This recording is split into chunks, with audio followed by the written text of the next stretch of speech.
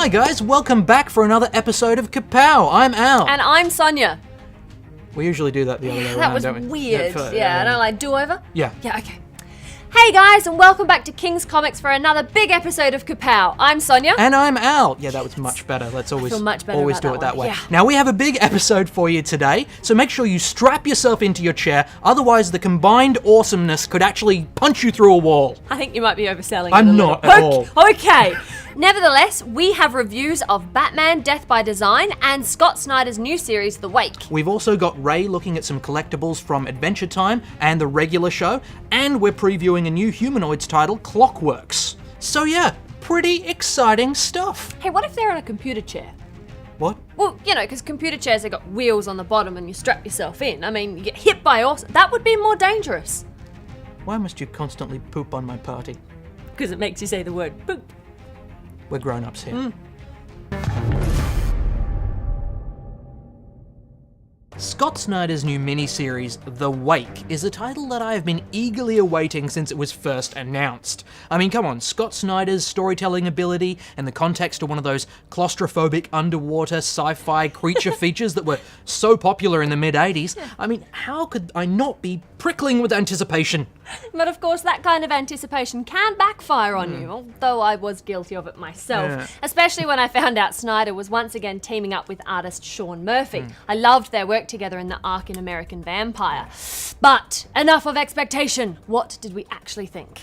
Well, to start off with, I was quite surprised by the beginning. We start off 200 years in the future, where a young woman and her dolphin explore the half-flooded ruins of a city. We're given just enough of a scratching your head, what's going on here moment before we're plunged back to the present day to meet series protagonist Lee Archer, a marine biologist. Yeah, and it was at this point that I was reassured that all my expectations would come true. Lee is an 80s sci-fi hero of the Ellen Ripley school. Tough, smart, and carrying around a murky past that somehow involves the Department of Homeland Security. And we get all of that information within the first 5 or 6 pages. I mean, Snyder's ability to create intricate and accessible characters at speed is very much in evidence. Yeah, and then we get into the story proper, with Lee being recruited into a mysterious investigation in the icy depths beneath the southern slopes of Alaska. In short order, we are introduced to the other members of the investigation, all of whom adhere to the creature feature tropes. There's the DHS agent who knows more than he's telling, there's a wisecracking academic, a secretive bald guy called Meeks, and finally, Lee's former boss, who will no doubt shed light on her past. Despite the massive amounts of setup that's obviously in here, it never feels rushed, and I think that's due in equal parts to tight dialogue by Snyder and excellent character models and framing work by Murphy. Yeah. I mean, it's shaping up to be everything that I hoped it would be, and it brings to mind all of those great "we're trapped and there's something coming to eat us" movies of my childhood. Look, I'm giving this a buy, and I urge each of you to get out there and grab a copy. Absolutely, and beyond the homage to sci-fi greats like Alien or The Thing in particular, bookending this issue with a glimpse of the future at the start and the past at the end just gives it an amazing scope and ambition that has me incredibly excited about where this is going. It is most definitely a buy from me as well. I'll probably pick up every single issue and then the trade and then the hardcover with all the extra stuff at the back. Extra Sean Murphy art! What, are you going to make yourself a t-shirt Make a as well? hat. A Sean Murphy art You know what hat. happened last time you made the hat? You just got a regular hat and you stapled some art to it. I've got a scarf. Why did you do it while you were wearing the hat? It's easy. There's a lot of blood. It was.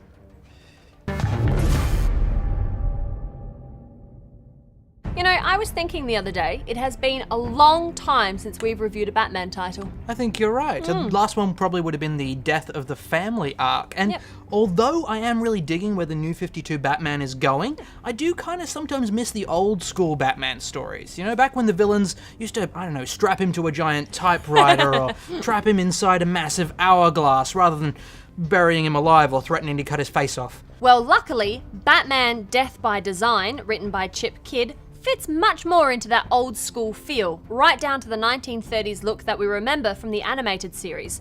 We also have a Batman that feels like he's earlier in his career, still trying out new gadgets and making mistakes. You know, I want to jump right in and talk about Dave Taylor's artwork, but I know we should set the scene first. Indeed. The story revolves around the redesign of the decrepit Wayne Central Station. which provides a fantastic in to that concept of Gotham City itself being a character in the Batman stories. Now, Bruce Wayne has commissioned an architect to redesign the building, but the process is harried by corrupt union officials, a vigilante calling himself Exacto, and of course everyone's favourite clown-themed villain. Because what standalone Batman story would be complete without the Joker showing up? But there is a lot of social and political context to this story, with the inclusion of corrupt union officials and the March of Progress running up against the preservation of history. Possibly a little too much texture, as this story seems to wrap itself up quite quickly in the end. Yeah, I can see what you're saying, maybe just a tad, but I think it looks so great that minor pacing issues can largely be overlooked. I think Dave Taylor brings something very special to this trade. Yeah, he certainly does. The art technique of drawing first in blue pencil and then going over it in graphite leaves no room for erasing and starting again, which is a ballsy move, but it gives the artwork an organic feel that adds to that 1930s aesthetic.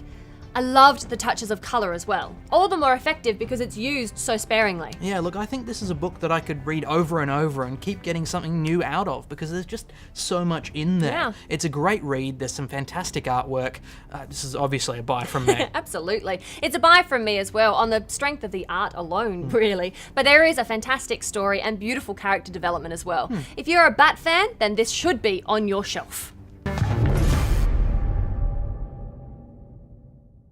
Hi, Ray. Hi, Sonia. Hi, guys. We're downscaling a little bit this week, I see. It's anything but. We're all fans of the Cartoon Network here at Kapow, and thought we'd take a look at a few collectibles based on two very popular cartoon series at the moment. That's Adventure Time and Regular Show. So I've caught up with the guys at Anime at Abbotsford, and this is my loot. Now, there's a bunch of bobbleheads and talking plushies and keychains, collectibles to the wazoo if you're a fan of either series. But this is what I decided to choose based on trying to keep it under a $20 price tag. Cool. So first of all, let's start with these two Regular Show 3-inch articulated action figures. We have Mordecai, the Blue Jay, and Rigby, the Raccoon. They both seem to have an adequate likeness to the characters, though scale-wise, they don't seem to match the cartoon, as Rigby is a bit larger. This isn't so much a problem if you buy them separately, but when you put them together, it doesn't look quite right. Yeah, look, I can see your point. But, you know, I do like that both have a little button on the back that allows them to chatter.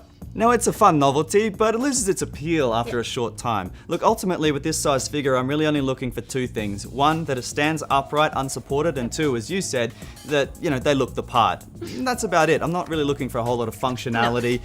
That you can get 6-inch versions of these guys, which I think would be a better choice if you're looking for a larger range of movement. That said, the Mordecai, I'm quite fond of. I give him a borrow, but I'm going to have to bury Rigby. Oh, that sounds worse than it is. It does a bit, doesn't it?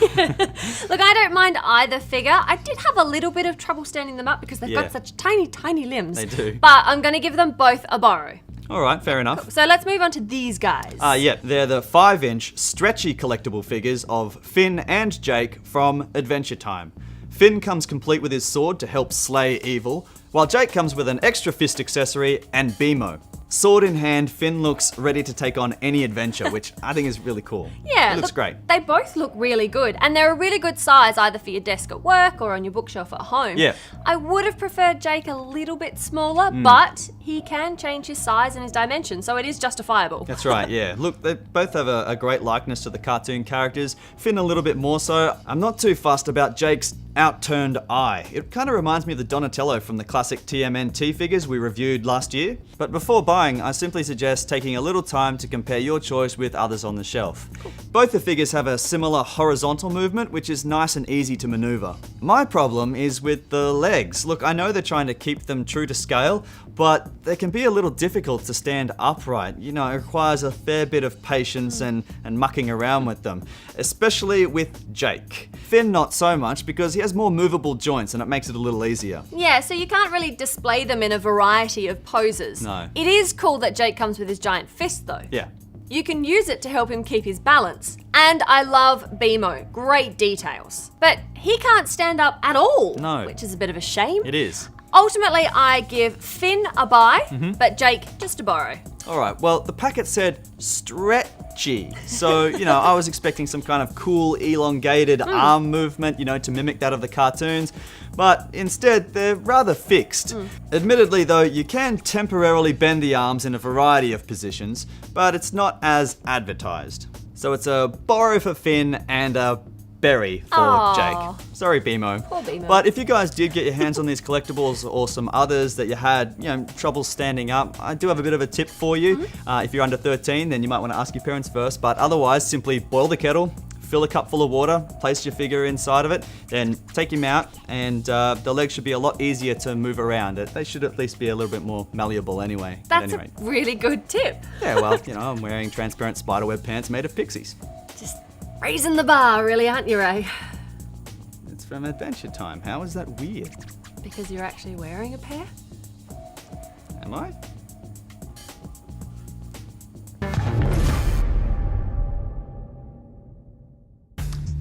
Every time we look at a Humanoids title, I wonder if this is going to be the one.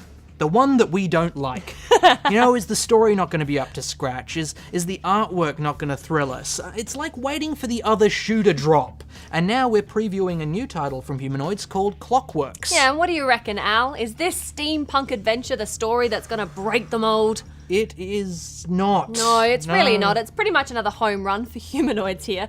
I was sold very early on in this book on the artwork alone. Jean-Baptiste Hostache has done a beautiful job. Within the first few pages, we've seen a beautifully detailed panorama of London in 1899. We've seen a likewise fantastically detailed robot, and then a ship in a storm. And it was that image that really locked me in. Yeah, I know. That sense of motion in that storm image is really quite special. But I'm glad you mentioned the detail, because when you're doing a steampunk story, the intricacy of the machinery is so important. Yeah. In Clockwerx more than most, because the focus of the story is largely on massive robot suits referred to as clocks.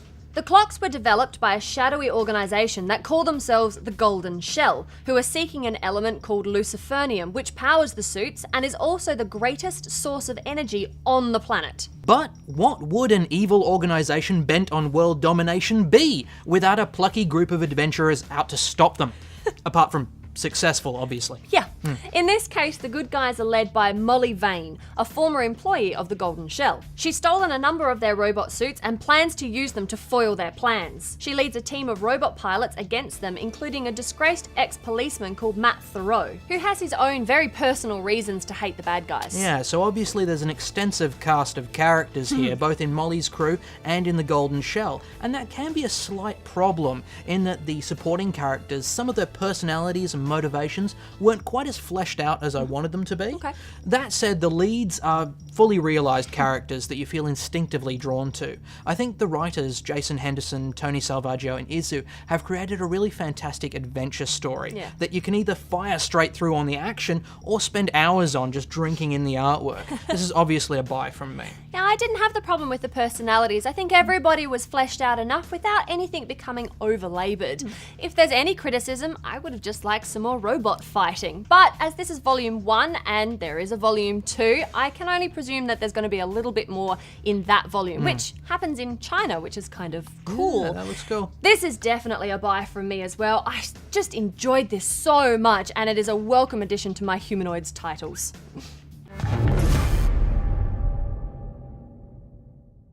And with the end of the season, our 50th episode, and Sydney Supernova all coming up really soon, this is the end of this episode of Kapow. Yes, that's right. There are some exciting things on the horizon, but for now, remember you do still have a chance to get a hold of a full collection of this year's free Comic Book Day comics. Indeed. All you have to do is tell us about the first comic you remember reading. And bonus points if you've still got it, and send me a photo. That's really not 100% necessary. Not necessary though, at all. Yeah, I have no idea what happened to that copy of Spectacular Spider-Man I can remember. I know it had Hobgoblin and the Kingpin in it, and now I have this desperate urge to go rummaging around in my parents' basement looking for it. Alright, well while you go and do that, don't forget guys, you can head over to SFTV's YouTube channel for a mini episode of Kapow. This week we take a look at Clive Barker's Next Testament and John Carpenter's Asylum. Yeah, but we will see you next week, guys. Absolutely. Bye. Or you will see us. Oh yeah, it doesn't work. It doesn't work ways. both ways. Yeah. Yeah, okay. Bye!